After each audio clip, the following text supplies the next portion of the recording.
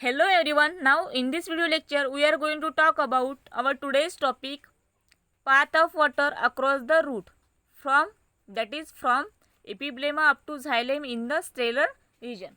So now in previous video we already discussed about the absorption of water by root from soil.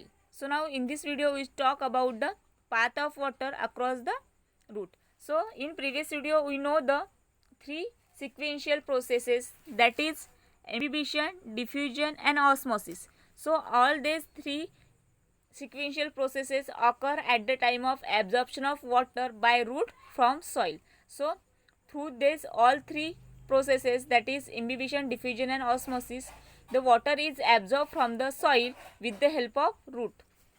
So now we start to discuss path of water across the root. So for the understanding of this point, we discuss the one diagram. After we discussing this diagram, we understand the complete topic. So see, this diagram shows the pathway for the water Uptake by root. तर रूटपासून जे water Uptake केलं जातं त्याचा pathway जो आहे तो या diagram through आपल्याला शो केला गेला आहे. ठीक आहे, तर सगळ्यात पहिले आपण या डायग्रामचे जे पार्ट्स आहे ते पार्ट डिस्कस करू. आफ्टर दॅट आपण डिस्कस करू की जे वॉटर आहे ते वॉटर कशा प्रकारे अपटेक केलं जातं.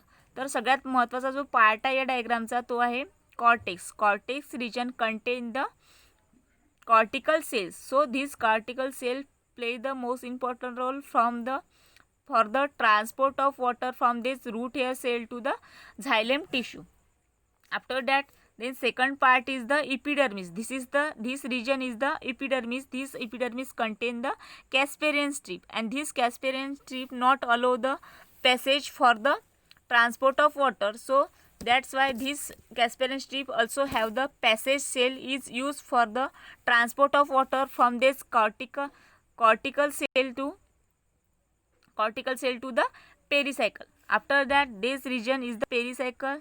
This pericycle also contains some cells, and this pericycle is useful for the transport of water from the pericycle to the xylem tissue. After that, this is the phloem. Phloem is also called as the food conductive tissue because phloem is used for the conduction of food all over the part of the plants. Then this is the xylem. Xylem is the water conducting tissue, is used for the conduction of water from the needed area of the plant or all over the part of the plant.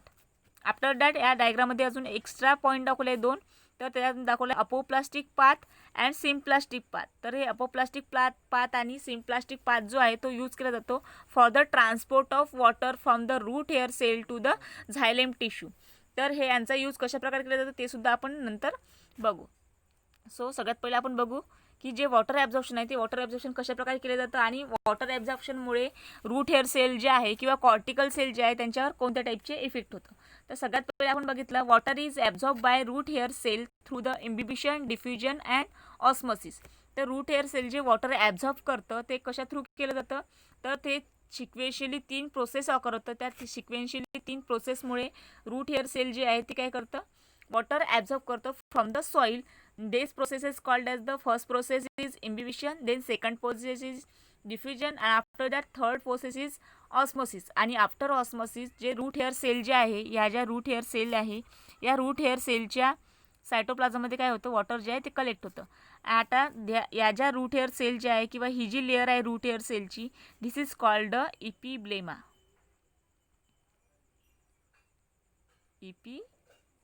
Epiblema, and this epiblema region is extend all over the root hair cell or all over the root cells. So this extended region or elongated region is nothing but the root hair.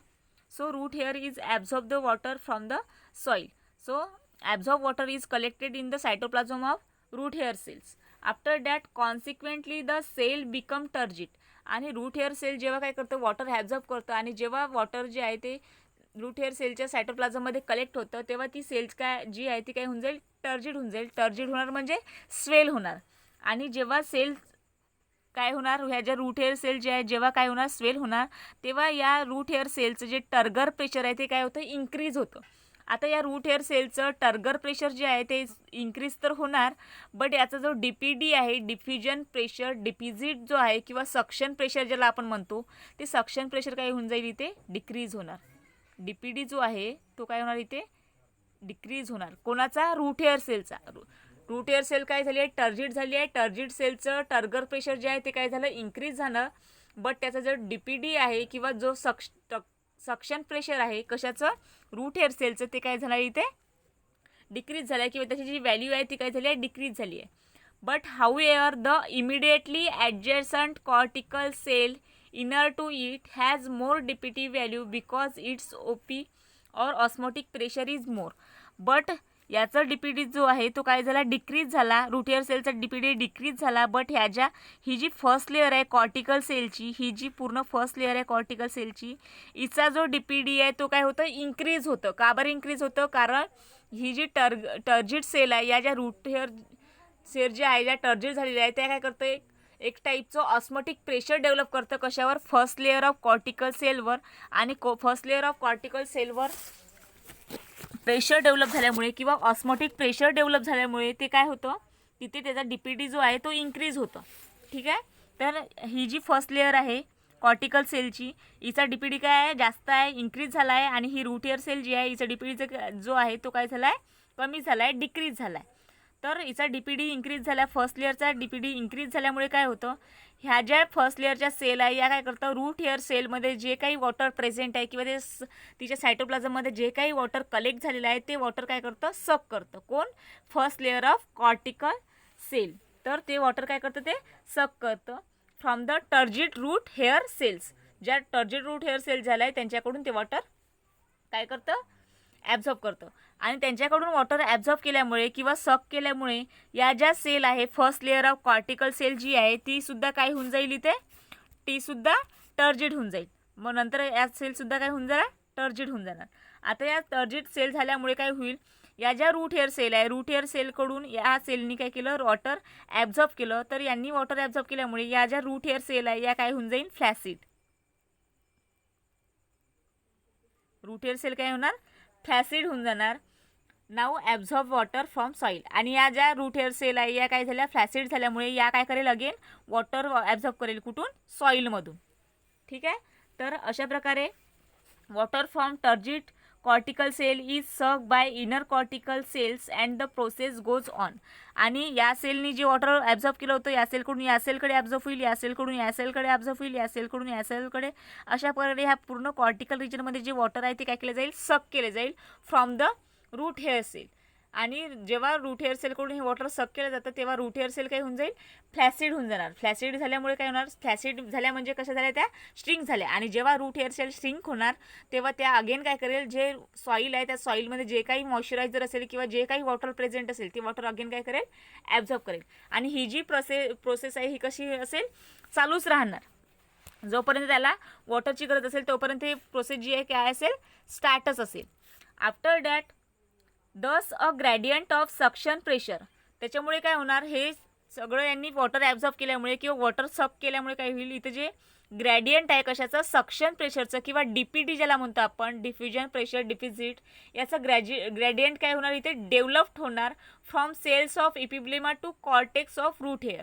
कुठून कुठपर्यंत cells of epiblema to the cortex region. हा जो पूर्ण region आहे या पूर्ण रिजनमध्ये काय होणार सक्शन प्रेशरचं जे ग्रॅडियंट आहे किंवा DPDचं जे ग्रॅडियंट आहे ते काय होणार डेव्हलप्ड होणार. ठीक आहे. After that consequently water move rapidly across the root through the loosely arrange living cell of cortex. आणि हे सक्शन प्रेशर डेव्हलप झाल्यामुळे किंवा DPD डेव्हलप झाल्यामुळे याच्यामध्ये काय होणार या ज्या लूजली अरेंज सेल आहे या कॉर्टेक्स रिजन जो आहे या कॉर्टेक्स रिजनमध्ये काय असतं लूजली अरेंज सेल असतं. या लूजली अरेंज लिव्हिंग सेल जे आहे या loosely arrange living cell through जे आहे वॉटर काय होणार मूव्ह होणार रॅपिडली लगेच लगातार काय होणार इथे वॉटर जे आहे ते मूव्ह होणार कुठपर्यंत cell of endodermis and finally into the cell of pericycle. तर या लूजली अरेंज सेल आहे या लूजली अरेंज सेलमध्ये काय झालं ग्रॅडियंट डेव्हलप झालं कशाचं सक्शन प्रेशर किंवा DPDचं. आणि ते ग्रॅडियंट डेव्हलप झाल्यामुळे या ज्या लूजली अरेंज सेल आहे यांच्या थ्रू जे वॉटर आहे from root hair cell to the epidermis आणि इपिडर्मिस टू द पेरिसायकल. पेरिसायकलपर्यंत ते वॉटर काय होणार, मूव्ह होणार. आणि फायनली या पेरिसायकल म्हणून ते वॉटर जे आहे ते कुठे मूव्ह होणार, या झायलेमकडे. आणि xylem is the water conducting tissue is use for the conduction of water all over the part of the plants. After that absorption of water being a continuous process. आणि ही जी वॉटर ॲब्झॉर्प्शनची प्रोसेस आहे ही कशी आहे, continuous process आहे. A sort of hydrostatic pressure is develop in a living cell of root. आणि जे रूटच्या living cells आहे, ज्या काही लिव्हिंग सेल असेल, living cell only, not a dead cell, तर लिव्हिंग सेलमध्ये काय होतं, एक हायड्रोस्टॅटिक प्रेशर डेव्हलप होतं. And this hydrostatic pressure is nothing but the root pressure. जे हायड्रोस्टॅटिक प्रेशर डेव्हलप झालं त्या हायड्रोस्टॅटिक प्रेशरला काय म्हटलं जाते, रूट प्रेशर म्हटलं जाते. It is due to the root pressure. आणि हे हायड्रोस्टॅटिक प्रेशरसुद्धा कशामुळे डेव्हलप होतं, रूट प्रेशरमुळे डेव्हलप होतं. Water from pericycle is not only forced in to the xylem. जे वॉटर पेरिसायकलमध्ये काय झालं आहे, कलेक्ट झालं आहे. आपण बघितलं की पेरिसायकलमध्ये वॉटर केव्हा येतं, ह्या लूजली अरेंज सेल जे आहे, या लूजली अरेंज सेल थ्रू पेरिसायकलपर्यंत काय झालं आहे, वॉटर कलेक्ट झालं आहे. आता हे वॉटर कलेक्ट झालं आहे, हे वॉटर जे आहे नॉट ओनली पेरिसायकल टू झायलेम काय होणार, फोर्स्ड होणार. म्हणजे पेरिसायकलकडून फक्त हे वॉटर झायलेमकडे नाही येणार, तर but also conducted upward against the gravity. But हे जे वॉटर आहे हे अगेन्स्ट द ग्रॅव्हिटीसुद्धा काय केलं जाईल, कंडक्ट केलं जाईल. मीन्स आपल्याला माहीत आहे की वॉटर कुठे प्रेझेंट असतं, डाऊनवर्डला प्रेझेंट असतं, कशाच्या, रूट हेअरच्या. बट हे जे रूट प्रेशर डेव्हलप झालं, या रूट प्रेशरमुळे जे डाऊनवर्ड प्रेझेंट असलेलं वॉटर जे आहे ते अपवर्डली काय करतं, मूव्ह करतं. म्हणजे अगेन्स्ट द ग्रॅव्हिटी काय होतं, त्या वॉटरची मुवमेंट होतं. कशामुळे होतं, due to the root pressure. Root प्रेशरमुळे होतं. तर हे कशामुळे होतं आहे, सगळं रूट प्रेशरमुळे होतं आहे. रूट प्रेशरमुळे पेरिसायकल टू झायलेमपर्यंत वॉटर काय होणार, कंडक्टसुद्धा होणार किंवा फोर्ससुद्धा होणार. आणि एवढंच नाही तर ते वॉटर जे आहे ते अपवर्डली मूव्हसुद्धा होणार अगेन्स्ट द ग्रॅव्हिटी. कशामुळे, रूट प्रेशरमुळे.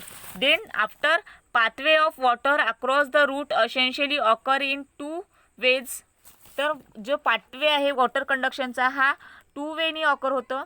देस 2 way called as the first pathway. This pathway is 2 types. First pathway is apoplastic pathway, then second pathway is symplastic pathway. And symplastic pathway again divided into 2 types, vacuolar pathway and transmembrane pathway. तर symplastic pathway जो आहे, symplastic pathway again 2 टाईपचा आहे, vacuolar pathway आणि transmembrane pathway. So we discuss the apoplastic and symplastic pathway. So first we discuss the apoplastic pathway. What is meant by apoplastic pathway? The when some amount of water passes across the root. तर water काय होतं, काही amount of water जे आहे ते across the route काय केलं जातं, पास केलं जातं through the cell wall and the intercellular space. कशा थ्रू, सेल वॉल किंवा इंटरसेल्युलर फेस थ्रू काय होत असेल, कॉर्टिकल सेलमध्ये वॉटर जे आहे ते अक्रॉस होत असेल तर त्या पाथवेला म्हटलं जाते apoplastic pathway. And this pathway occur up to epidermis. आणि हा जो पाथवे आहे अपोप्लास्टिक पाथवे, हा फक्त कुठपर्यंत चालू राहील, हा फक्त इपिडर्मिस म्हणजे इथपर्यंत फक्त तो पाथवे चालू राहील. आणि इपिडर्मिसपासून समोर जो पाथवे चालेल त्या पाथवेला म्हटलं जाते सिम्प्लास्टिक पाथवे. तर अपोप्लास्टिक पाथवेनी वॉटर जे आहे ते डायरेक्टली झायलेमपर्यंत पोहोचवता येणार नाही, तर त्यासाठी आपल्याला यूज करावं लागेल कोणता pathway, symplastic pathway. After that we discuss the symplastic pathway. So when water passes across from one living cell to other living cell through the plasmodesmata. Symplastic पाथवेमध्ये काय होणार, जेव्हा वॉटर जे आहे ते पास होणार from one living cell to another living sale.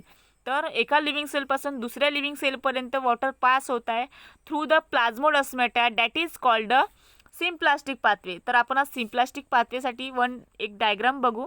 त्या डायग्रामवरून तुम्हाला समजेल की सिम्प्लास्टिक पाथवे जो आहे तो कसा कॅरी केला जातो.